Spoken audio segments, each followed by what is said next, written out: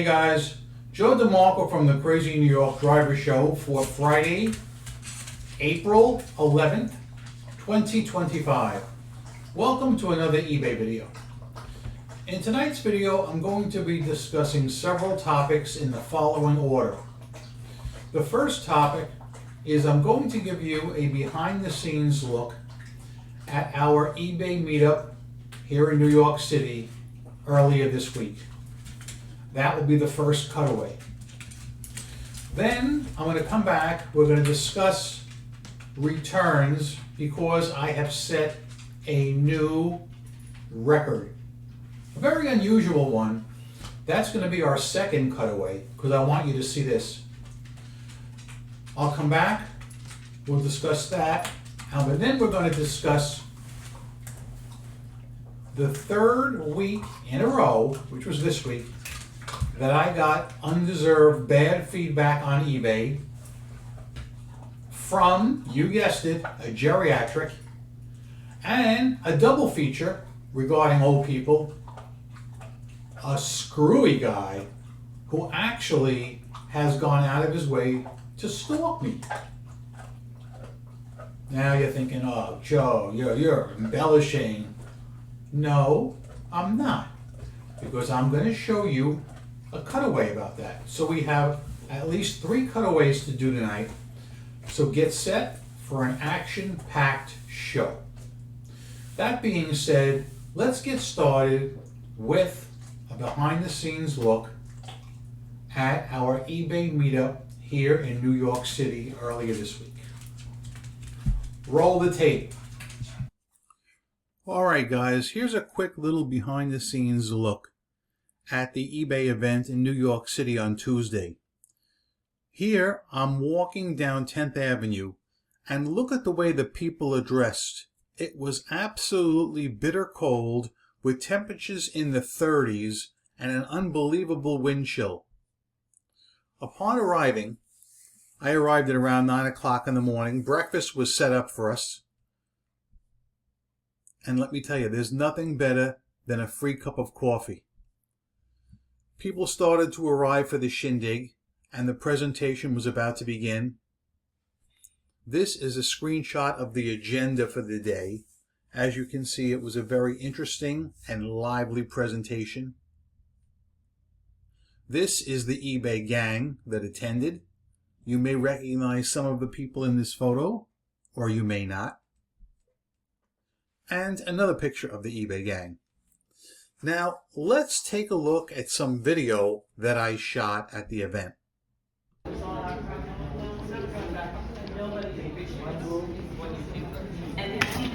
what's going on?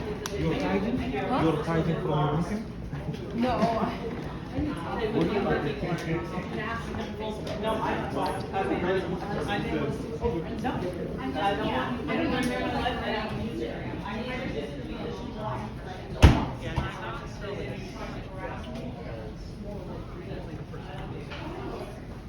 Usually concentrating on the reason our guys like somebody on eBay on the phone, like canceling, making sure it's not going to affect me, take me out and top grade it. I'm like, is it worth the hours that it's going to take to do it, or should I just? That's what I did. I was really pissed. I had to. You want to say hi to Kathy? This is not live, but I'm just doing a video. I'm going to send it to her. Okay. Hi, Kathy. We miss you. Wish you were here. We're holding down the fort the best we can. All right, let me explain a little bit about that, if I may. First of all, Valerie, who you just saw wishing Kathy Terrell a speedy recovery, has taken over Brian Burke's old job as head of seller experience. I know Valerie very well. She's a very nice person, and I've met her in, I think, 4 different states. This is one of the big benefits that all you guys can take advantage of, and that is to stay active in your local eBay meetup groups. Our group here in New York City is run by Kathy Terrell. Some of you guys know her. She's been doing it for a long time, and she is the linchpin of our group, and she's the one that connects with the eBay executives and schedules them to come here and visit us, and basically is the backbone of the group. And it was the first time ever that Kathy was unable to attend our event that she orchestrated because she was in the hospital. Hopefully she's feeling a lot better now. She's out. And yeah, the point I'm trying to make, guys, and hey, I was guilty of this in the early days myself. I would sit back, make videos, complain, and do nothing. I would do nothing but complain. In 2012, and it took a huge push, but in 2012, I actually went to Philly, which I thought was going to be a one-time visit. I didn't think I was going to stay connected, but I was so well received by the eBay executives and by my fellow sellers. So many people came up to me and told me that they'd seen my videos and they made a difference and they enjoyed them. And that is why, to this day in 2025, I'm still active in the community. But the point I'm trying to make here, guys, is please stay active with your local eBay meetup groups. If you don't know one in your area, comment below and I'll try and hook you up with one, since I know people in just about every state that run these groups. Okay, let's move on to the next topic, which is going to be returns. In last week's video, I was complaining about a person who was returning a $15 item and spending $8.75 each way in shipping to get back $15. It makes no freaking sense, okay? I really didn't think anybody could beat this guy, but I was wrong.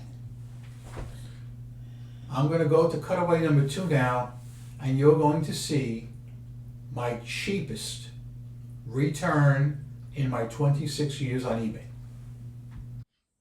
Right now, guys, I want to show you some of my open returns and the ridiculous amount people are willing to spend to return these items versus the amount they actually paid for the item.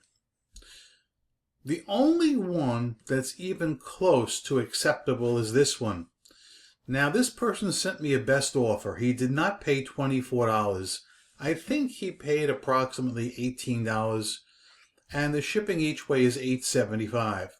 So basically, he's almost going to break even. This is the only one that's close to reasonable. Next up, we have this one who I mentioned last week. He sent me a best offer of $30.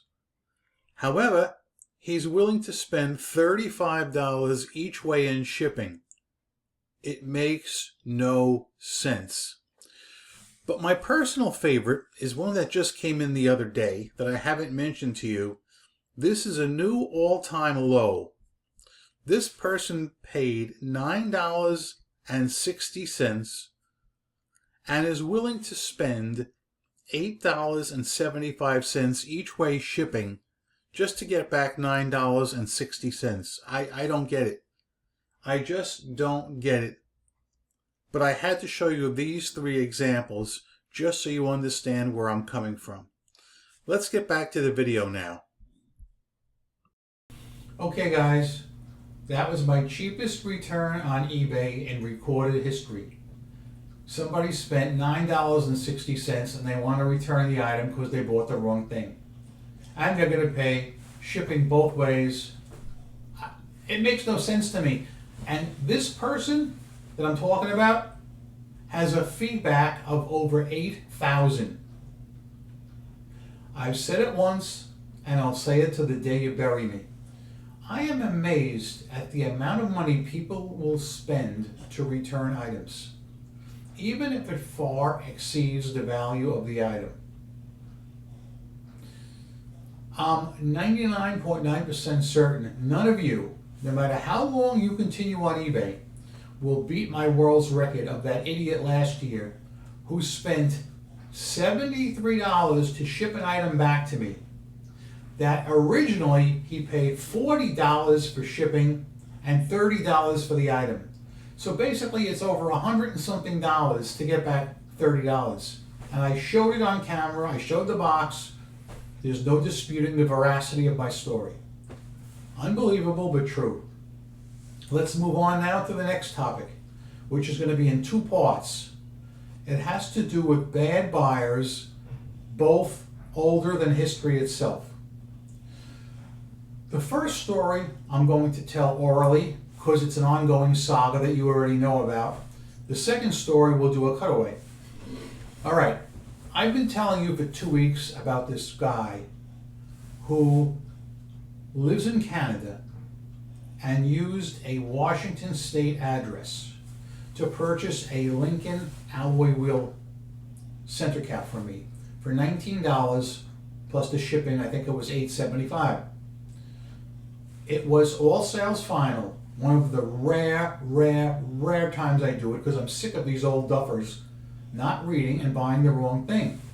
They think they're getting the $130 item for $19 because, number one, they're stupid. Number two, they're outside of their comfort zone. They're doing something they shouldn't be doing.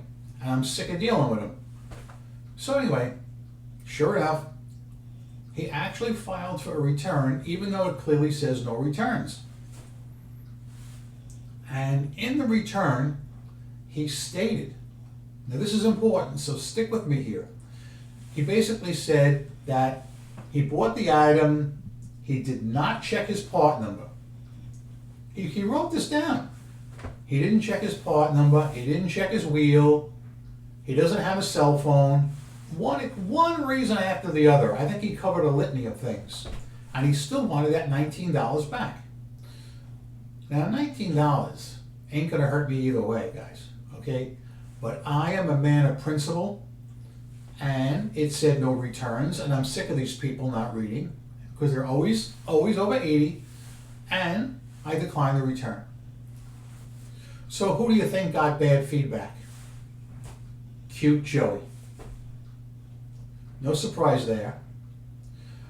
In the feedback, he said something like, this item does not fit my car, and I drive a 1998 Lincoln.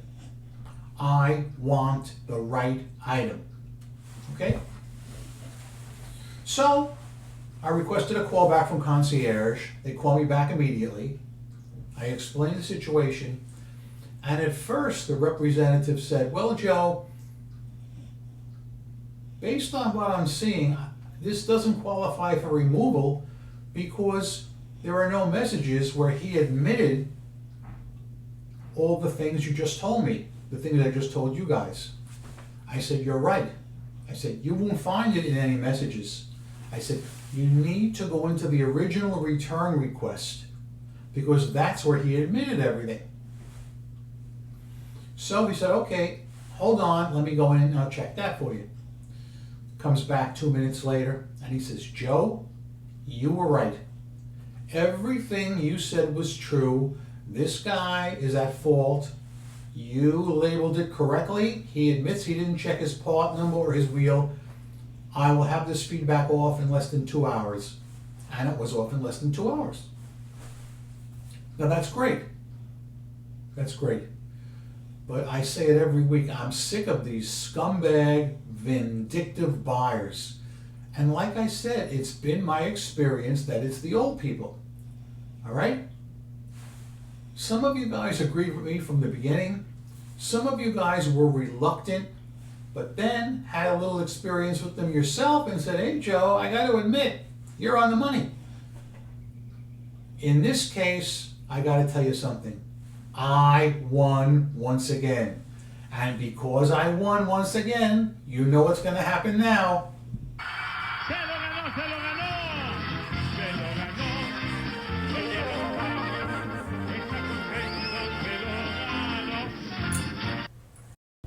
Okay, guys, so I won that one, and everything worked out fine. I guess the next move for this piece of trash will be to try and do a chargeback with his credit card company. But we'll see what happens. I mean, $19 doesn't help me one way or the other, but it's a matter of principle. I've always been a man of principle. If it says no returns, it's no returns. These people need to either read or maybe not get involved in things they shouldn't be getting involved with. That leads me into the perfect topic to segue into, because I had an even bigger problem with another older person. But this guy's not 80. He's a mere 69 years old, a relative youngin'. Let me lay out the basics as to what happened, then we'll cut away to a screenshot, and you got to see this to believe it. If you know anything about older people, they are up at 5 o'clock in the morning, ready to start their day full speed, or as fast as they go. And by 7:30 a.m., they consider that the middle of the day, where most of us are having our coffee. I know I was having my coffee the other day when I received a message from a prospective buyer. I had a single hub listed, and the buyer writes, "Do you have just this one because I need 3?" That's a reasonable question. I wrote back and said, "No, sorry, I've only got the one. The one that I have listed is for $18, a mere $18, okay?" What do you think he did after I answered his question? 1 minute later, he writes back again with the one question that's guaranteed to trigger me and set me off. "What is the lowest price you will take for this with shipping?" Keep in mind, number one, it's only $18. Number two, I do have the best offer button enabled. So all he has to do is click that, make an offer he wants to spend, and maybe we'll do business. But anytime they ask me that question, I feel they're being dishonest and I'm going to block them. But true to form, I always tell them why I'm blocking them. Because they're circumventing the best offer button on eBay and doing it through messages, and that's not the way it's done. And hopefully they won't do it again. I did not expect what happened next. Let's go to the cutaway. I want you to see this for yourself. Then we'll come back and we'll talk about it.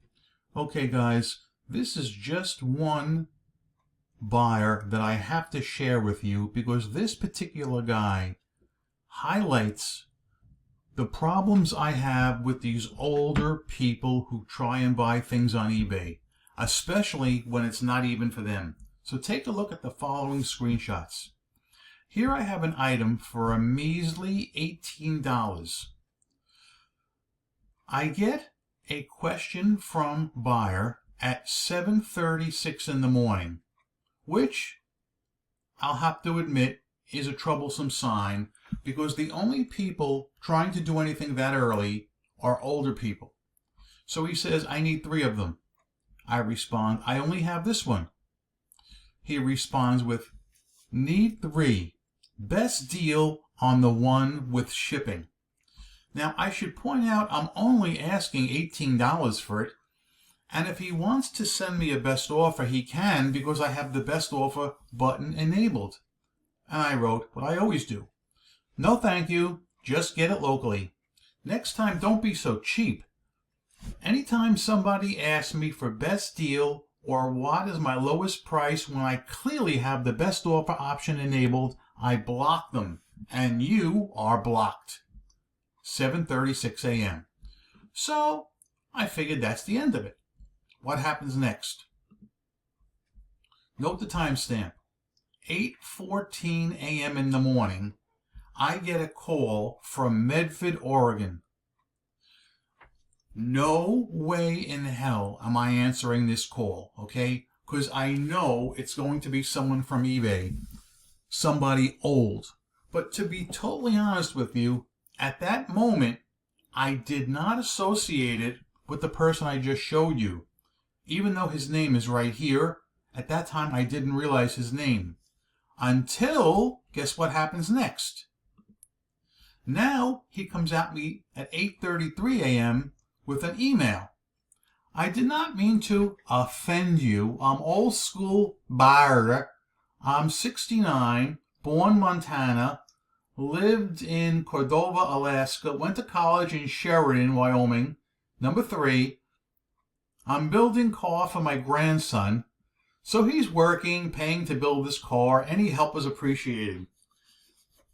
You know, guys, I gotta be honest with you. Maybe I'm living in a sheltered area, but I've never seen so many old people bending over backwards for their grandsons and sons.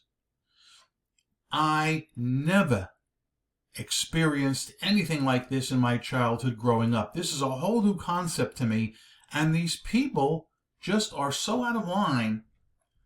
If he wants to help the kid out, he could have spent $18 freaking dollars for his hub. But I guess he feels his grandson ain't worth $18. So, to protect myself, I ended the listing, because that's what I do anytime I encounter one of these momos.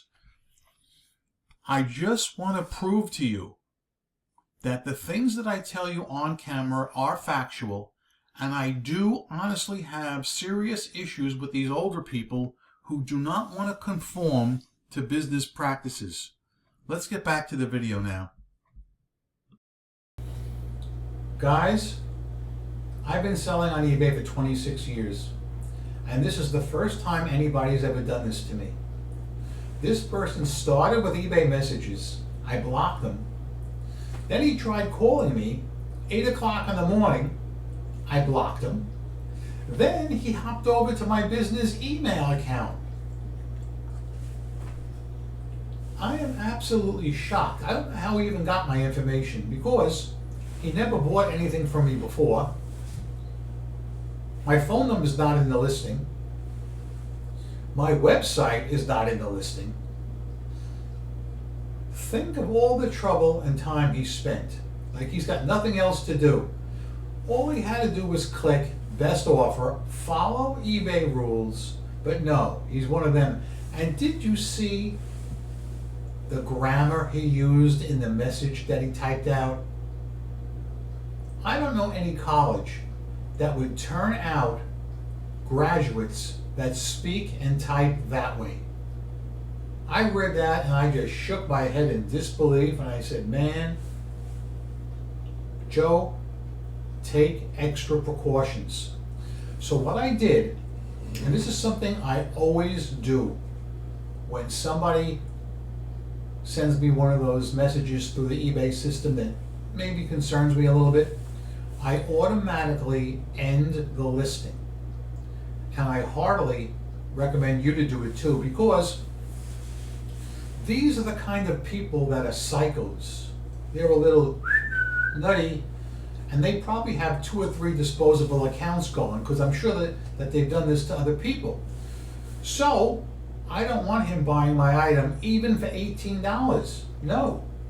So what I did was, as I said, I ended the listing. I waited 24 hours. I took new pictures, clicked sell similar, and doled the price. This way I know even if he stumbles onto it, he's not going to pay. Okay? Also, another thing that triggers me, and I've been talking about this weeks past, and this is a personal thing, I'll admit that, but it's something that I think everybody basically agrees with. This old person was saying that he was buying them for his grandson. Now, how old could his grandson be? He's got a car, right? He works, maybe 18, 19. Those are the people that are the best with technology. They have it up here, all right? When they buy something, they know what they're doing, all right? I brought this point out in many videos in the past. That's the kind of person that should be shopping for his own parts, not this 69-year-old guy who it actually leaves me speechless. Words fail, okay? The people that are best with technology are the younger people, all right? Those people are great. I don't know why these senior citizens insist on doing things for their kids and grandkids. To me, it's like somebody walking right up behind me and sticking a knife right in my back and twisting it. I don't know how many of you guys grew up in the 70s like I did. I was a kid of the 70s. We always did for ourselves. I don't care if we were 15, 16, whatever. Didn't matter. We did for ourselves because we knew that's the way it had to be. And in a way it's good because as adults we became self-sufficient. We never relied on anybody. That's why today's generation is so weak. They have the skills, a lot of them, most of them. They're good with technology, and I wish that they would apply themselves more to doing their own work. We've got to try and get these fossils to stop and stay in their own lane. I don't want to come across as a hater. Any of you guys who know me know I'm not a hater, all right? But right is right and fair is fair. And these older folks are making it rough for sellers in eBay Motors, all right? Anybody who's experienced them that's watching this video right now is probably laughing and saying, that goddamn Joe's right on target. Now some of you guys who've never had experience with them are saying, Joe, are you sure about this? Because my interpretation of old people is just like those two old people on the commercial for the telephone. I can't think of the name of it now, but I'm sure you've all seen the commercial because it's on every day, 52 times a day. The two older people who must be around 78 years old, well-dressed, preppy, cognizant, smart, well-spoken, polished. These people are so cool for 78, I would be happy to hang out with them myself. They do a commercial for the phone. Hi, Grandpa. I just played baseball today. Oh, really? What position did you play? First base. Well, that's the position Grandpa used to play. That's the commercial I mean. I'm sure you've all seen it. Those two older people